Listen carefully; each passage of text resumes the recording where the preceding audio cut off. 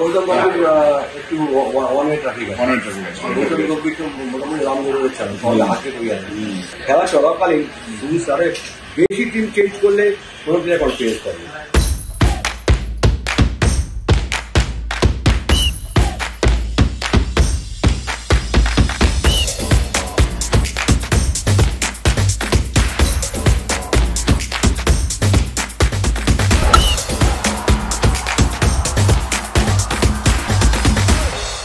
Good morning সম্পূর্ণ দর্শক cricket থেকে আমি রাহুল, আপনাকে স্বাগত জানাই আমাদের অনুষ্ঠানে। আসার জন্য ধন্যবাদ। প্রথমে যেটা শুরু করবো আপনাকে জিজ্ঞেস করে যে এই সম্বরণ মেনল্যান্ড ক্রিকেট কোচিং সেন্টার, এটার আইডিয়াটা কিরকম ভাই? এটার আইডিয়া মানে এটার গত বছরই আমাদের মেনল্যান্ড সম্বরণ একাডেমির 25 বছর ভর্তি হলো। হিউজ আইডিয়াটা আমি 94 থেকে 94 আমি ইন্ডিয়ান টিমে সিলেক্টেড ছিলাম। তো 98-এ আমাকে অনেকে বললো, মানে অনেক এক্স প্লেয়ার টিমের একাডেমি থেকে ভালো খেলে। তো এখানে স্টার্টেড প্রথম আমার একাডেমিটা ছিল কালীঘাট পার্কে, তখন 2002 আমরা এখানে চলে। যাই হোক, তারপর তখন থেকে অঞ্জন চ্যাটার্জি, মানে অঞ্জন চট্টোপাধ্যায়, মেনল্যান্ড চ্যানেল কর্ণধার, আমার খুবই বন্ধু কলকাতা ভাই। ও আমাকে সাপোর্ট, ওকে সাপোর্ট মানে আনবিলিভেবল সাপোর্ট। যখন যা দরকার সব কিছু করে দেয় কোনো অসুবিধা নেই। এবং সবচেয়ে ইয়ে যে আমাদের যে টাইয়া করো তাতে কিন্তু কোনো লিখিত পরিচয় নেই। মৌখিক trust, that is very well. 25 বছর ধরে ট্রাস্ট চলছে, যেটা লোকের জানার দরকার, অনেকেই জানে না হয়তো। আমাদের বয়স হয়ে গেল, একাডেমির বয়স হয়ে গেল, ছেলেরা বড় হয়ে গেল, প্রচুর ছেলে এখন এখান থেকে কেউ কি খেলেছে আন্ডার 17, আন্ডার 19? অনেক under 13 Bengal, under 15 Bengal, under 17, under 23 রঞ্জিত ট্রফি। রঞ্জিত কে খেলেছিল? অনেকগুলো ছিল, কাজী জুনিয়র ট্রফি, কাজী জুনিয়র সাবি। আচ্ছা, এখানকার অনেক নাম আছে, আমি মোহাম্মদ বলতে পারছি, আকাল ফটো, আচ্ছা, আরো অনেক ছেলে, প্রদীপ্ত প্রামাণিক, এই ধরনের অনেক ছেলে এখান থেকে। আমি একটা কথাই বলি, আমি সেই দিন আমার শান্ত বলি না, যেদিন লাল বলে আমাদের এখান থেকে কেউ একজন প্লেয়ারও খেলতে পারে, সেই দিন আমার সাথে স্যাটিসফ্যাকশন। এখন এই মুহূর্তে সম্বন্ধে কতজন আছে এখানে? অনেক ছেলে, মানে এজ ভিত্তিক গ্রুপগুলো নিশ্চয়ই দেখো আলাদা আলাদা করে। আন্ডার 15, এখানে কি 7 দিনই হয় সম্বরণ দাস? না, 3 দিন হয়।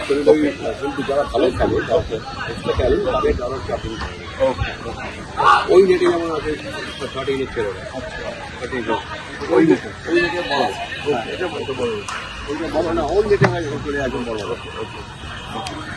আচ্ছা সম্বরণ দা, আপনার এই ইন্টারভিউটা, লাস্ট ইন্টারভিউটা আমি আবার শুনছিলাম, আমাদের দর্শকরা অবভিয়াসলি জানতে চাইবে 96 সালে সৌরভ ঘটককে কফি ব্রেকে কিভাবে ঢুকিয়েছিল? সৌরভ গাঙ্গুলি কিভাবে কফি ব্রেকে ঢুকিয়েছিল? ওই জায়গাটা অনেক বড় গল্প, আমি জানি, আমি ছোটবেলায় বড় হয়েছি। ওটা মানে তখন যে সিলেকশন কমিটি ছিল, তার চেয়ারম্যান ছিল জিয়া বিশ্বনাথ। বেশি আমার খুবই, আমরা একসাথে খেলেছি বা বন্ধু বেশি বলা হয়। যাই হোক, lot of debate, lot of yes no, অনেক প্রবলেম চলছিল। তারপরে আমার মিটিংটা স্টার্ট হয়েছিল দিল্লি তাজ প্যালেস হোটেলে 23rd of April 1996। আমার ডেটটা এখনো মনে আছে, আমারও মনে আছে। তো প্রেস কনফারেন্স ছিল 1টার সময়, 2 ঘন্টা enough time to make the selection. তো তখন দুবার আমি কফি ব্রেক করে মোশনটা কমপ্লিট করে পরের দিন মিড ডেতে আপনার সঙ্গে একটা বড় লেখা বেরিয়েছিল, আনন্দবাজারও বেরিয়েছিল, আপনি কিভাবে ঢুকিয়েছিলেন, কিন্তু এক্সাক্ট গল্পটা আমি একটু জানতে চাইছি। হ্যাঁ, কি হয় মোশন যায় না, তখন যদি 5 বা 10 মিনিট ব্রেক করতে হয়, অনেকটা ওটাকে সামলানো যায়। যাই হোক, সেটা হয়েছিল, তারপর আলটিমেটলি রিপোর্টটা চাই। কিন্তু আপনি যেটা বলেছিলেন এবং আমরা সবাই সেটা জানি, ওখানে 2জন সিলেক্টর সৌরভকে নেওয়ার চেষ্টা ছিল। সিলেক্টর ছিল, কোচ ছিল কিষেন নামটা ওটা ফাইনালি ভোটটা দিয়েছিলেন। কিষেন নামটা kind of like a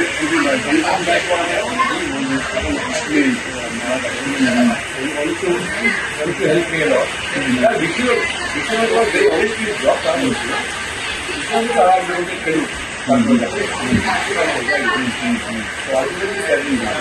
এটা একটা অসাধারণ ঘটনা। এখন যেটা দেখা যাচ্ছে যে বাংলা ড্রেসিং রুমের বাংলা কিন্তু নেই, এটা আপনি বলেছেন, আমরাও দেখতে পাচ্ছি। এটা কেন হচ্ছে? আমি যেটা বলি বাংলা দেখতে গেলে বাংলায় কথা কথা হয় না, আমি সেটা কিন্তু যখন ব্যাংকে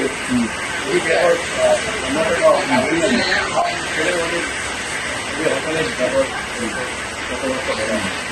তো এটা কারণটা হচ্ছে এই আন্ডার 13 আন্ডার 15 থেকে আমরা খুব খারাপ জায়গা আছে। এই কারণে দেখা যাচ্ছে এখনই বাইরের থেকে আধার কার্ড এ কার্ড সব নাম চেঞ্জ করে ওয়াই ভাই তারা কিনে দিতে ভালো নিয়ম করেছি। ব্যাংক স্টেটমেন্ট ব্যাংক স্টেটমেন্ট দিতে পারলে আমারই প্রস্তাব ছিল আমি ভালো লাগবে।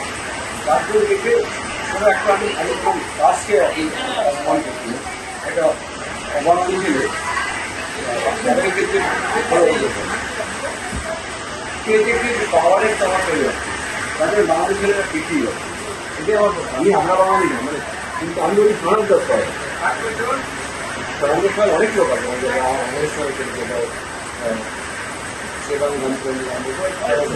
ভালো বাংলা বলতে পারবে। তো বোন অ্যান্ড শেপারটা তো হবে, বোন অ্যান্ড শেপারদের চরিত্র পাবে।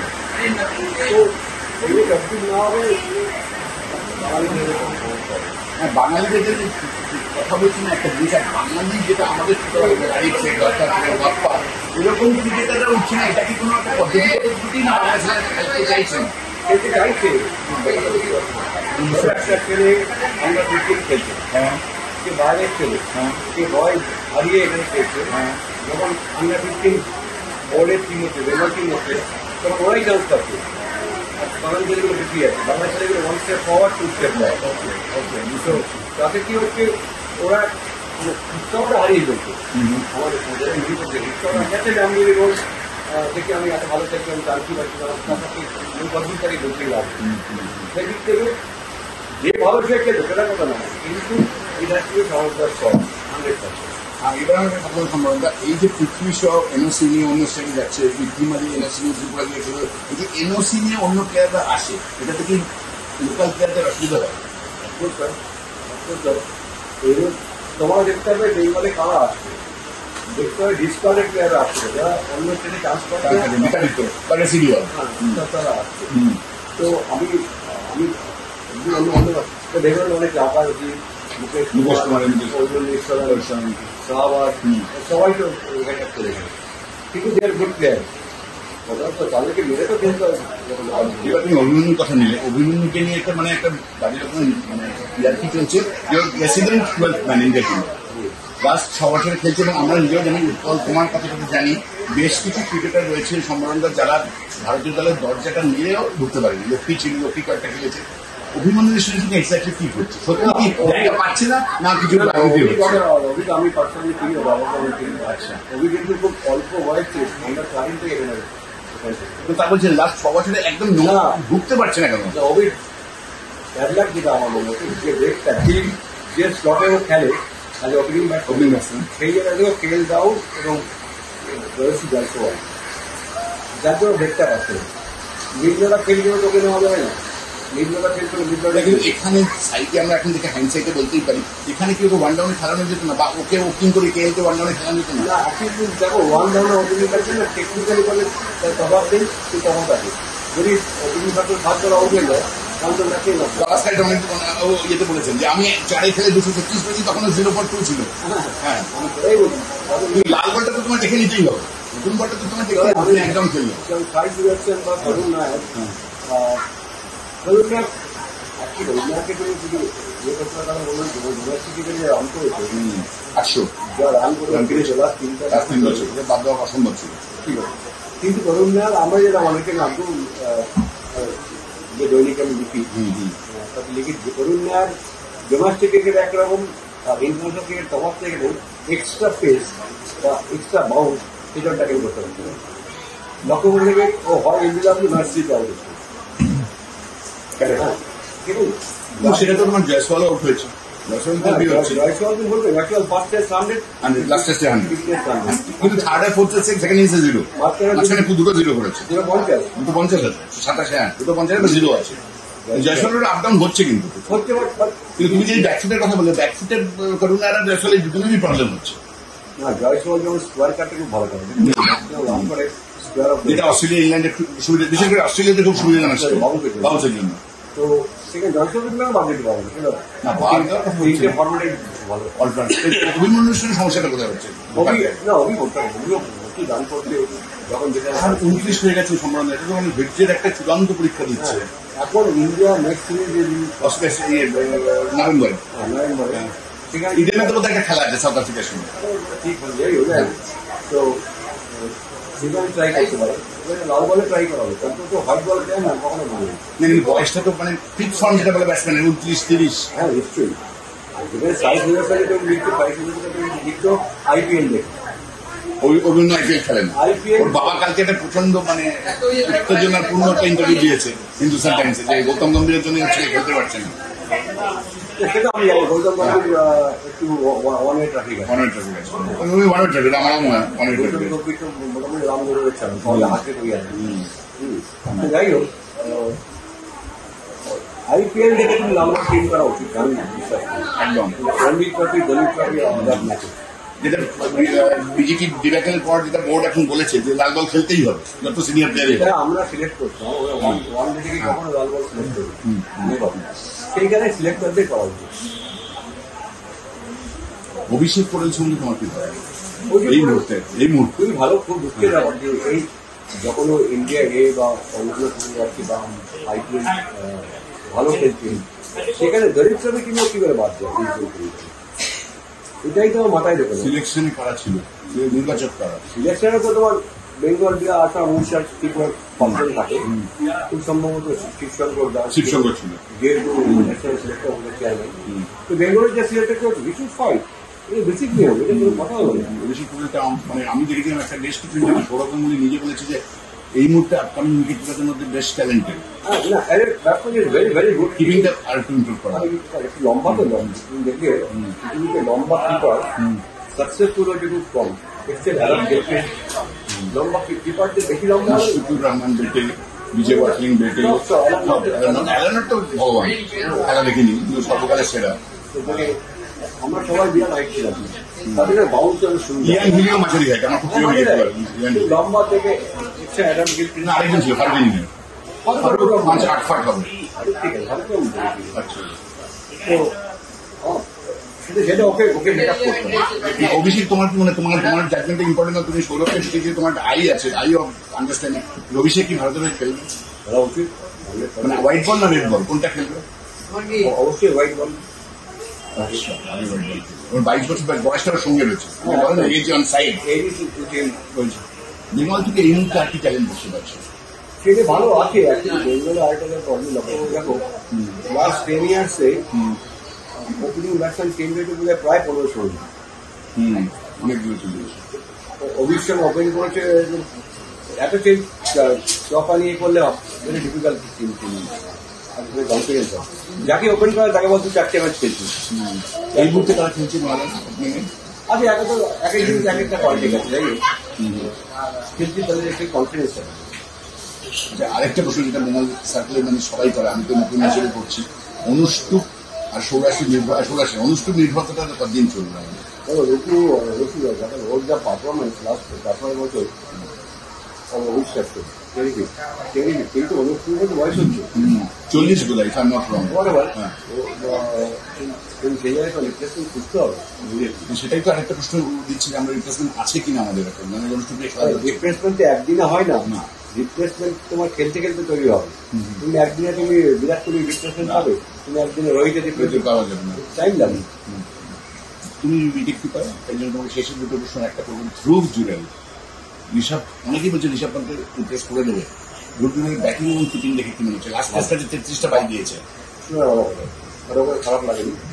ইন্ডিয়া এ টিমের দিকে যুদ্ধ হয়ে যাওয়া পারফরমেন্স হবে খারাপ না, কারণ ব্যাটিংটা খারাপ করছিল 25 করে খেলছিল, কিন্তু ঋষভ পন্থকে এমন জিনিস এক্স ফ্যাক্টর হচ্ছে ভগবান যত ভগবান যেসব শট মারে সেগুলো কোনো ক্রিকেটের টেম্পোয়ে নেই, এগুলো মারা যায় না। আচ্ছা পেসগুলোকে ফলিং সুইপ মারছে, এখনো মারছে, যখন তখন হেলমেটে লেগে যাচ্ছে। তো এগুলো ঋষভের ইনি যে টেরিফিক ট্যালেন্ট, তুমি দেখো ইন্ডিয়ার যে কটা লিগগুলো খেলছে সবাই যেটা বলে দিচ্ছে সেঞ্চুরি অ্যাভারেজ এখন 46টা টেস্ট ম্যাচ খেলে প্রায় 50-এর কাছে average. Rishabh is a game changer match. শেষ প্রশ্ন সম্বন্ধে বাংলা রঞ্জি টিমের ভবিষ্যৎ কি দেখছে?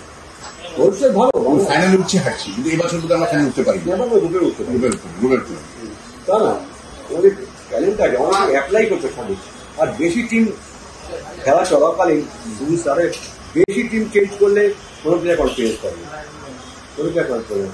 তোমার দেখতে হবে শাহবাজ আমের লাস্ট 5 বছর ধরে এই টেরিফিক পারফরমার পাবেন একদম। তো ওদের ফিট নেই। আমার তো মনে হয় মাঝখানে ইন্ডিয়া টিম হয়তো ছিল ছিল, কিন্তু মনে হয় না এই ফুললি ফিট আছে। আচ্ছা, শাহবাজ রিপ্লেস করে তোমাকে দেখতে হবে দেখতাম কিনা। Harit Rahman is very good, তোমার যাই হোক ভেরি গুড। এই মুহূর্তে আরেকটা শেষ প্রশ্ন, এই মুহূর্তে তোমার মধ্যে কাদেরকে তুমি দেখতে পাচ্ছ ভবিষ্যতে বাংলা এবং ভারত? অনেক করে দিলেন ভারত একটু না আন্ডার 19 বলো আছে, আছে আচ্ছা নাম বলে ওকে। রঞ্জিতের অনেক আছেই, আছে আস্তে আস্তে বছর সেগুলো ঢুকে যাবে। এই বছর রঞ্জিতে কিরম মনে হচ্ছে? খুব ভালো চলে, খুব ভালো চলে। এবং আমি আশাবাদী যে বেঙ্গল আবারও ওই অভিযোগ লাগবে না। এখন অব্দি পোস্ট স্বাধীনতা তুমি একমাত্র রঞ্জিত সে ঠিক আছে, কিন্তু একদিন তো হতেই হবে, রেকর্ডটা চিরকাল তো থাকে না, কষ্ট থাকে না। তোমাদের শুভমন গিল 20 না 22 রান করে গাওয়াস্কার রেকর্ড দেবেন 754 20 রান। আমি তো ভেবেছিলাম 10-এর উপরে যাবে, এগুলোই চেঞ্জ করে। আর অথচ শুভমান এরকম খেলতে কেউ ভাবেনি, কারণ ডিফেন্স নিয়ে প্রচুর সমস্যা ছিল। এই যে ও 20 রান করতে পারলো না, যেগুলোকে এত রান করেছে 752 এটাই ক্রিকেটের get level of the game. তুই কার রেকর্ড ভাঙছিলি শ্রেণী গাওয়াস্কার, তো ভাঙলে ভালো, ভাঙলে একদম টেরিফিক পাবো। এবং শেষ প্রশ্ন, ইংল্যান্ড এই সিরিজটা ভারত সবাই ভেবেছিল খুব বাজেভাবে হারবে, আমিও ক্রিকেট ফ্যান হিসেবে ভেবেছিলাম। রোহিত, বিরাট, অশ্বিন ছাড়া ভারত এরকম ফাইট দিল, তোমার কি কারণে ভারতের নিউ টিম, নিউ ক্যাপ্টেন, এটা এবং বুমরা ছাড়া ভারত ক্রিকেট হবে খাওয়াতেই হবে। বুমরা আমার মনে হয় না বুমরা আর পুরো টানতে পারবো, বডির অবস্থা খুবই বোলিং এর যে বল করেছে মানে আউটস্ট্যান্ডিং। বুমরাকে একদিন খাবে, হয়তো আজ না রিপ্লেসমেন্ট টিম লাগতে হবে, ভালো বলার। সিরাজ অনেকটা সিরাজের একটা ওর এগেন্সটে যেটা যাচ্ছে যে মাঝে মাঝে অফ হয়ে যাচ্ছে, মাঝে মাঝে তার থেকে হারিয়ে যায়, এটা কেন হারায় না? Is a very good lion hearted cricketer.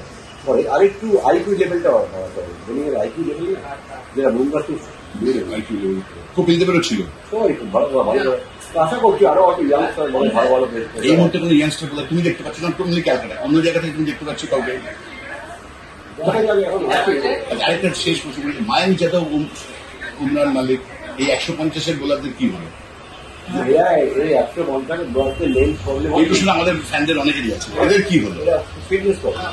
কেন এত জোরে বল করে ফিটনেস পাটা ঠিক যায়, কিন্তু আমরা বলতাম বুমরা ইনজোর হবে। আচ্ছা, বুমরা যে অ্যাকশন, অ্যাকশনটা ইনজুরি প্রোন অ্যাকশন। আমি একটা কথা হচ্ছে আমাদের 150 বোলার যদি রাখতে পারো, তাহলে খেললো হরিয়ানা ছেড়ে আমাদের ফার্স্ট বোলারে